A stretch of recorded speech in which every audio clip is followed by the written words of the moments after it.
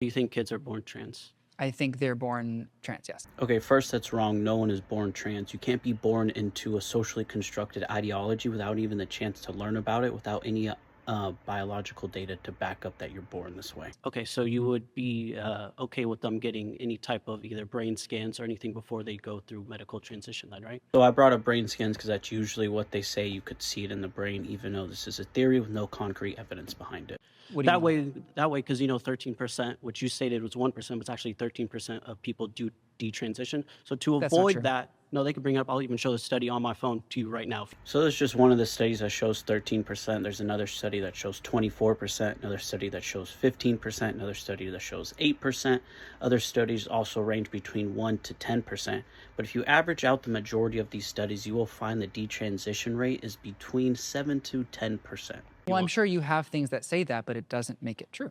So you're just invalidating the Trump entire says stuff study. that's not true You're every day. invalidating the entire study. You just stated just because you say something that doesn't make it true.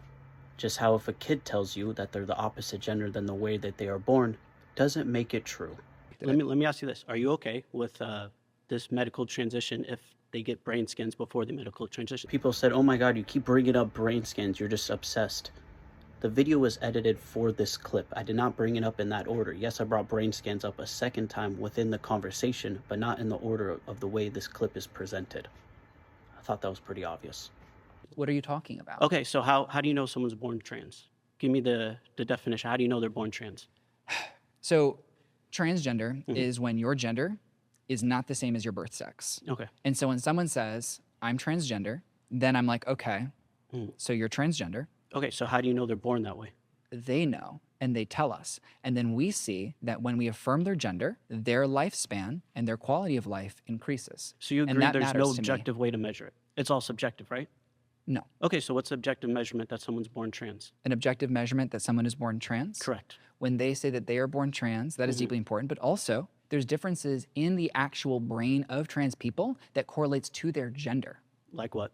They are more similar to that of their gender than their birth sex. Okay, so that's an objective way to measure it, in your opinion, correct? Well, it is a So factually then you're objective okay. way to measure So it. then we could agree that kids should have this brain scan before they medically transition, correct? Wouldn't that be a good middle ground? So if you actually have rational thought, that actually is a great middle ground, because you wouldn't want kids medically transitioning, making life-altering and permanent decisions to their body if it's something that's not certain and rooted in biological data. But as you can see here, he's going to deny it, and he says, no, that is not good, because one, the evidence isn't clear, and two, the point that I'm making, the underlying premise of my argument, is that is it all subjective? If it's all subjective and based on feelings, thoughts, and opinions, that means those feelings, thoughts, and opinions can be easily influenced. What is the easiest demographic to influence? Children. So that alludes more to the fact that kids shouldn't medically transition since they're easily influenced and it's based off subjective feelings. There's no objective measurement, no objective biological data on who says it's trans. It's literally just the belief, and that means beliefs can be wrong and beliefs change over time, especially when people are growing up and becoming adults. I would say that Because you say there's an objective way to measure it, correct? I am saying that that is one objective reality of the trans existence. What I am saying is that because all queer and trans people who are transitioning as young people in the United States do so with about 3 to 5 medical professionals, I trust that those medical professionals know more about that individual than I do. So lastly, because he doesn't really have much of an argument on the objective measure, it just goes to subjective feelings, his last thing is to appeal to authority, to trust the medical professionals. The same medical professionals that get monetary gain off this mental disorder, off children and adults. And you want to say, oh, well, it's only a small percent of the population, 1%. What's 1% of the U.S. population? Over 3 million people. Puberty blockers is $4,000 to $25,000 per year. Hormone replacement therapy is a couple $100s per month. And any type of cosmetic surgery is anywhere from $3,000 to $150,000 to perform. And you're going to tell me that's not beneficial to do that to over 3 million people in the U.S.?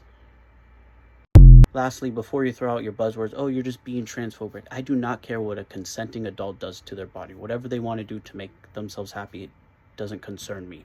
But when it comes to kids, kids cannot consent to life-altering or permanent decisions done on their body if they don't know the long-term ramifications of it.